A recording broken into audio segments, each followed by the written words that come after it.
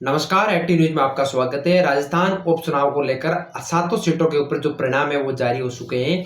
इन सातों सीटों के अंतर्गत आपके सामने बात करें तो राजस्थान उपचुनाव में भाजपा ने कड़ी टक्कर देते हुए राजस्थान उपचुनाव में 5 सीटें भाजपा के नाम की है।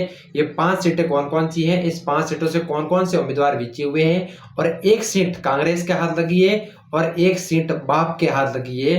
बाप यानी कि जो आदिवासी पार्टी है, भारतीय आदिवासी पार्टी, उसके हाथ लगी है।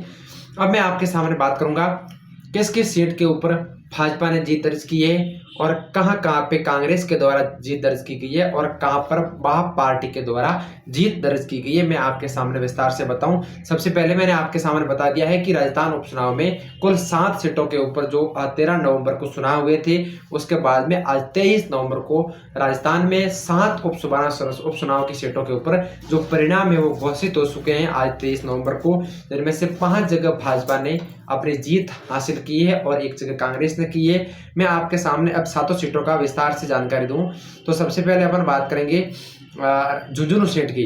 यानी झुंझुनू सीट के अंतर्गत भी उपचुनाव हुए हैं, जहां पर राजेंद्र भाबू के द्वारा जो भारतीय जनता पार्टी के उम्मीदवार है उनके द्वारा वहां पर जीत दर्ज की गई है। वहीं दूसरी बात आपके सामने करें तो रामगढ़ यानी रामगढ़ के अंतर्गत है जो सुखवंत सिंह है उनके द्वारा जीत दर्ज की गई है और सुखवंत सिंह भारतीय जनता पार्टी के कैंडिडेट से और भारतीय जनता पार्टी के कैंडिडेट सुखवंत सिंह है उसके द्वारा रामगढ़ में जीत दर्ज की गई है। वहीं अपन बात करें दौसा की, दौसा के अंतर्गत जो दीनदयाल यानी इंडियन नेशनल कांग्रेस पार्टी से उम्मीदवार है दीनदयाल, उनके द्वारा दौसा में जीत दर्ज कर दी गई है। जो राजस्थान विधानसभा के उपचुनाव हुए थे वहां पर।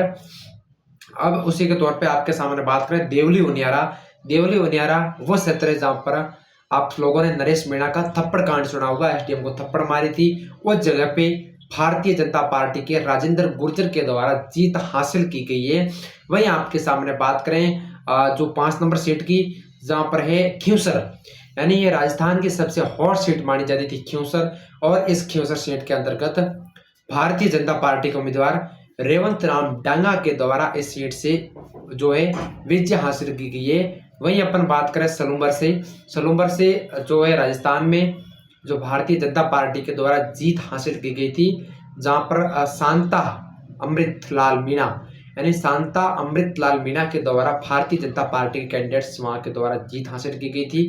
वहीं सबसे अंतिम सीट है स्वरासी में भारतीय आदिवासी पार्टी के अनिल कुमार कतारा यानी अनिल कुमार के द्वारा वहां से जीत हासिल की गई है। ये मैंने आपके सामने राजस्थान उपचुनाव में 7 सीटों का जो परिणाम घोषित हुआ है, 7 सीटों में भाजपा 5 सीट पर विजयी है, 1 सीट पर कांग्रेस और 1 सीट पर भारतीय आदिवासी पार्टी के द्वारा जीत हासिल की गई। मैंने आपके सामने 7 सीटों का परिणाम बताया है, 7 सीटों की जीत बताई है और 7 सीटों के अंदर के जो कैंडिडेट्स है विजयी हुए उनकी विस्तार से डिटेल दी। आप लोग बने रहे, जुड़े रहे। आप सबका बहुत बहुत धन्यवाद।